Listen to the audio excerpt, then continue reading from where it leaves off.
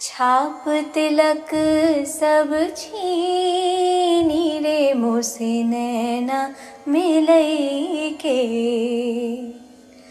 हो छाप तिलक सब छीनी रे मोसे नैना मिलई के नैना मिलई के नैना मिलई के नैना मिलई के नैना मिलई के सब कुछ मोरा छीनी रे मोसे नैना मिलई के छाप तिलक सब छीनी रे मोसे नैना मिलई के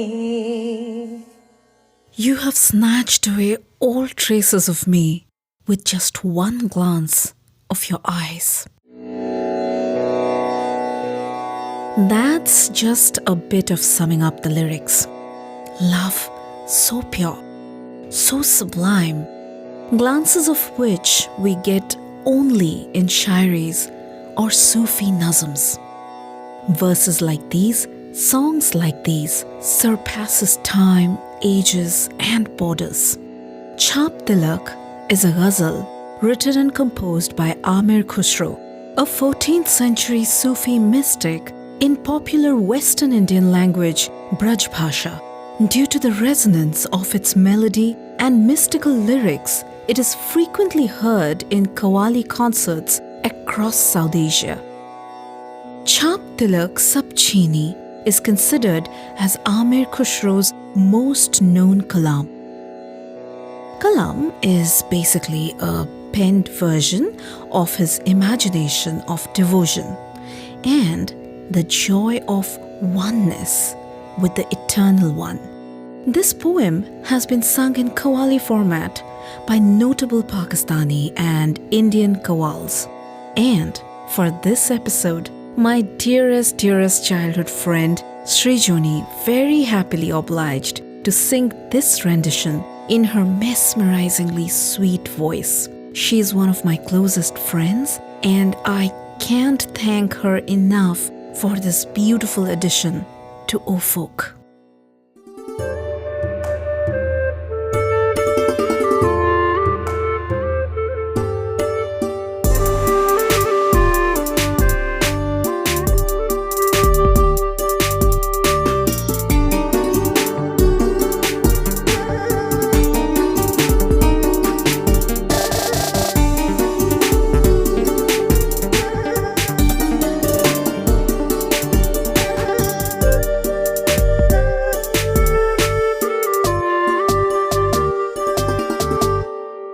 Hello everyone, this is Shilpa and you are listening to Ohh Folk Season 2, Episode 5.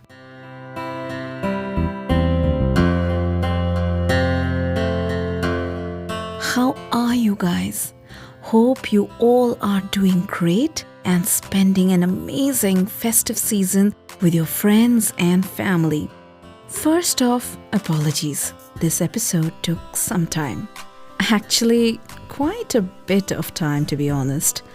I took a brief break to spend Durga Puja with my family. Yes, I am a Bengali, originally from West Bengal, Eastern India, and I take very much pride in my roots. Then there was Lakshmi Puja at my house. So Lakshmi is Hindu goddess of wealth and prosperity. Quite a handful of a time, but I'm not complaining. This time of the year is indeed my favorite. There's so many festivals going on around the globe among different communities of people. For Hindus, there was Ganesh Chaturthi, followed by Navratri and Dashera, and then Diwali is coming up. For the Jewish community, there was Yom Kippur, and then here in the US, Halloween is coming up as well. With all of these, there's beautiful foliage showcasing the magical fall colors in here as well. It looks spectacular with patches of so many colors around us. You know, it seems like the entire country is an art gallery at this time of the year.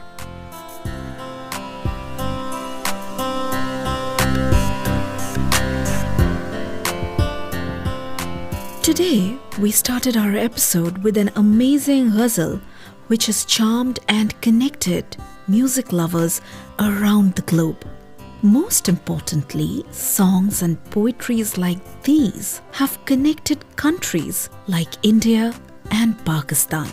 Driven by the tune of this ghazal, today we travel to the land of the pure, Pakistan.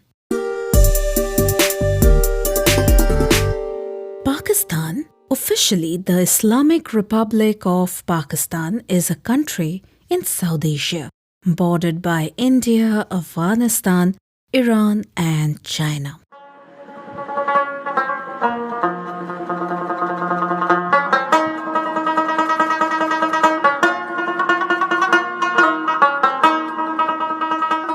Pakistan is home to many ancient cultures, so the country proudly carries rich folk heritage and oral storytelling tradition. They have been passed on generation after generation in the forms of music, poetry, dance, and of course, stories. It is important to note that folk tales are not just some mere stories. They carry a region's history, cultural values, so many lost traditions, and most importantly, they document societal evolution. Many of these stories were like free-flowing birds. They traveled from one part of the world to another. During Mughal era, many folk tales traveled from the Arabian Peninsula to Central Asia, to Iran, to North Africa, then to Mediterranean, to Southern Europe, to Bosnia, and finally to East until they reached Indonesia and China. Whew! That was the sort of geographical boundaries within which the stories were traveling. Sometimes around 14th or 15th century, these stories traveled to India. Remember, at that time, India, Pakistan, Bangladesh were all combined into this one very big piece of land. Mughal Emperor Akbar came to throne in 1556. These stories were popular enough to catch his attention. He commissioned probably the largest and the most illustrious art project in the history of Mughal Empire, called Hamza-Nama or Dastane Amir Hamza. They were originally written in Persian in multiple volumes, presumably during the rule of Mahmud of Ghazni. And later, when Akbar commissioned the enormous illustration project in about 1562, it became widely popular. These stories were originated from long-established oral traditions or dastan performances called dastan-goi. Dastan means story, and the suffix goi makes the word mean to tell a story. The key pillar of a dastan-goi used to be the dastan-go, or the storyteller, whose voice was the main artistic tool in orally recreating these dastans, or these stories. Art of puppetry was another very popular means that was started being used to tell and retell folk tales since the times of Mughals as well. Another very popular storytelling medium was, of course, music. My friends from any South Asian countries will relate how often we hear stories of Chugni, Laila Majnu, Shireen Farhad, Soni Mahiwal through movies and music, both contemporary film music as well as, of course, traditional folk music. These stories depicted through Sufi kalams or Sufi devotional poetries by poets like Baba Bulle Shah, Khwaja Ghulam Farid, Sachal Sarmast, Shahbaz Qalandar also tell tales that have transitioned through many centuries. in today's time, these stories are so popular and most importantly, they are still relatable to the current generations. You know, in Peshawar, one of the most prominent cities in northern Pakistan and also the capital of Khyber Pakhtunkhwa province, there is a marketplace, very interestingly, called Qissa Khani Bazaar. This place has a unique myth attached to it. They say centuries ago, when merchants from various countries would pass through this place, they would stop here for their very famous green tea. That's when they would narrate stories of their land from where they were coming to the locals here. And that way, stories from faraway lands would spread among people orally. Well, you won't find such amazing places and such amazing recreation these days, right?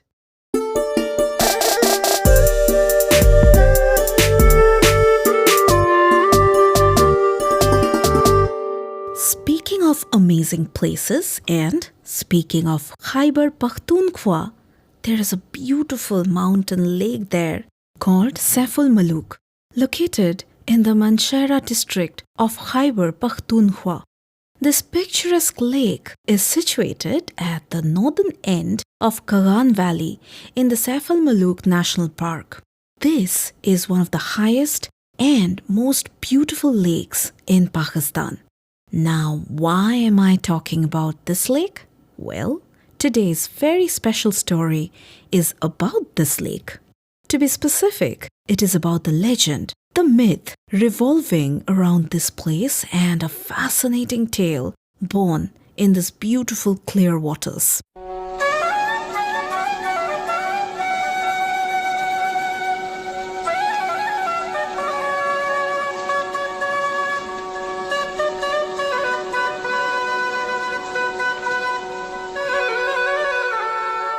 A Sufi saint and Punjabi Hindko language poet Mia Muhammad Bakhsh wrote a fairy tale and turned it into a poem titled Saiful Maluk, where he mentioned about this prince and his story.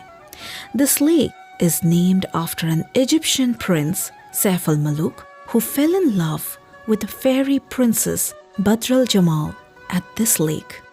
The tale begins with King Asim bin Sufyan gifting his only son a sovereign stamp. Now, this was not any simple stamp. It was a family heirloom given to the king by none other than Prophet Sulaiman, the ruler of jinns and fairies, as a token of their friendship. The stamp had two pictures engraved on it, one of Saiful Maluk himself, and the other one was that of a black-haired, beautiful and enchanting beauty. It was love at first sight for the prince. He fell in love with the maiden just by looking at her picture on the stamp.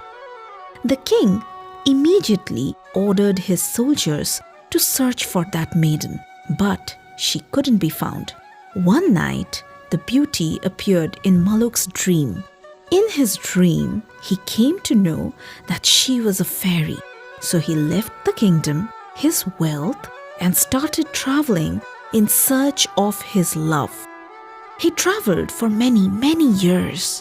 One day, Saif met a saint who gave him a Sulaimani cap, telling him that this will take the prince to his desired place. The saint told the prince that he would find the fairy in a lake, but he had to pass through several hard tasks and also do rigorous praying in order to get a glance of her, as she was a fairy queen and prince was a human. A human eye can never see a demon or fairy because they are fireborn. The mystic man also told him that a fairy princess and her fellows come down from fairyland on full moon nights to take a bath in the Emerald Lake. Saiful Maluk continued on his journey until he reached the Emerald Lake and started a chila, which is basically a prayer for 40 consecutive days. Day by day, His health got worse, but he didn't give up and continued praying. After praying for 40 days without food and rest, he became exhausted and weak. It was the 14th night of that month. Finally, the much-awaited time came. On that full moon night, the fairy princess descended from the sky with her fellow fairies to take a bath in the lake. Prince Maluk was awestruck. He couldn't believe his eyes. She was more beautiful than he could ever imagine. An absolute vision to behold. They finally met. Badrul Jamal told the prince that she also loved him, and that's why she appeared in his dream. But like every love story has a villain, this is no exception. There was a demon. The fairy princess was trapped in a castle at Khaf. So Khaf is considered a mythical mountain basically. Its reference is found in both Iranian and Arabic literature. So coming back to the story, the princess was trapped in a castle at Khaf by Safed Dev, meaning a white giant, for the past 10 years. Why? Because the white giant was also in love with the fairy, and this was against her wish, which is why he trapped her. After listening to the story of the fairy queen, Saf took her and tried to escape from this valley. When the white giant came to know of this, he created turbulence out of anger in this lake, as a result of which flood came in Kagan Valley. Due to this flood, Saif and Badrul Jamal took shelter in a cave near the lake.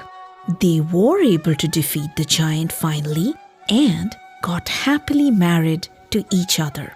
Legend has it that the Asu Lake in Kagan Valley, just a few miles away from Saiful Maluk, was created out of the tears of the white giant when he found out that the fairy was gone.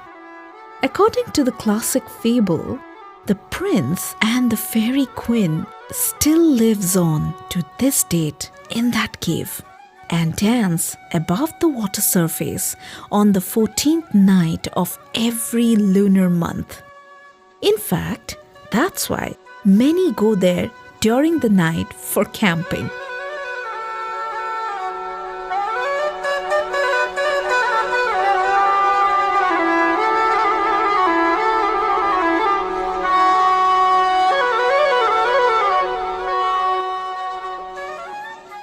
Such are powers of the centuries-old folk stories.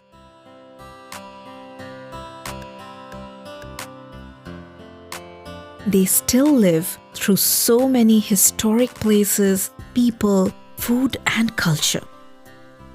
We live and relive them through our lives even today, and they become center of so many festivals, tourism, lores, music, literature, and critical narratives across so many other fields.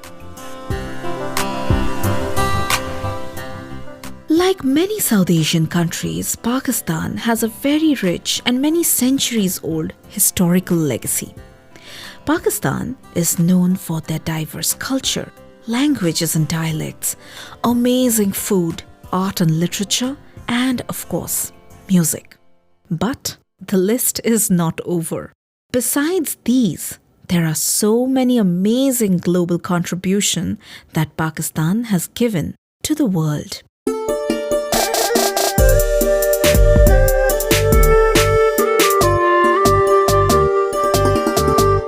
We talk about Pakistan and we don't mention Malala. I think that's impossible in today's time. Malala Yousafzai is a face of resilience, bravery, indomitable spirit, and such an amazing role model for all, especially young girls across the globe. A female educational activist and the youngest Nobel Award winner, Malala has touched millions of lives across the globe as a human rights activist. She is especially the loudest cheerleader of women and children's education, particularly in her native Swat, in Khyber Pakhtunkhwa, where the Pakistani Taliban have at times banned girls from attending school. Having said that, her advocacy is not just limited to Pakistan. It has, over the years, taken the shape of a giant global movement. From a modern-day pathbreaker to one of the oldest pathbreakers in shaping human civilization, Pakistan has been a torchbearer. I am referring to the Indus Valley Civilization. This was among the most extensive of world's 3 earliest civilizations, other 2 being Mesopotamia and Egypt. With excavations, Indus Valley was first identified in 1921 at Harappa in the Punjab region, and then in 1922 at Mohenjo-daro near the Indus River in the Sindh region. Both sites are in present-day Pakistan, in Punjab and Sindh provinces respectively. The ruins of Indus Valley Civilization were designated a UNESCO World Heritage Site in 1980. Urban infrastructure development, modern-day drainage system, irrigation system, long-distance trade, currency system, Indus Valley has taught the world so much and been a trendsetter for modern living despite being in existence eons back in time during the Bronze Age. From eons back in time to some modern-day frenzy, sports lovers across the globe is unanimously crazy about soccer or football. And now that the FIFA World Cup is knocking at the door starting from 20th of November, I thought this is so timely to share this trivia with you guys. Did you know that more than 50% of the world's football supply comes from the Pakistani city of Sialkot? Yes, you heard it right. They manufacture some 40 million balls every year. So next time, when you watch a football match, you know that the football itself might have traveled all the way from Pakistan. Be it Pakistan, be it any other country in the world, we all are intertwined and interlinked in some way or the other.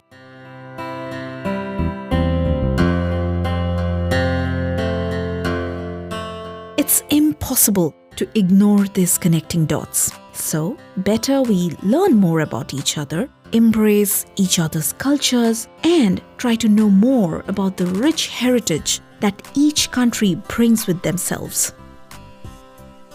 With these folk tales, with these culture stories, that's exactly what I try to do in my very little way. That will be all for this episode. Thank you so much for listening me out. Don't forget to share your reviews if you're hearing me on Apple Podcast. But that's not the only platform though. You can listen to Ohh Folk on more than 20 leading podcast platforms. And please do share Ohh Folk with everyone around you. We started with my friend Srijoni's sweetest rendition of Chhaap Tilak. Why not wrap up with the same as well?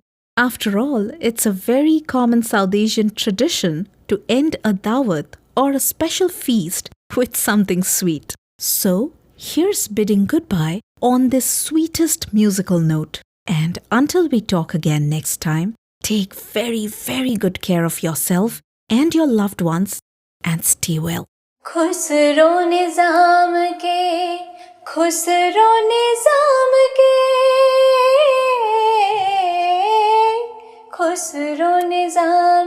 के बलि बलि जय है खुसरो निजाम के जान लुटाई है मोहे सुहागन कीनी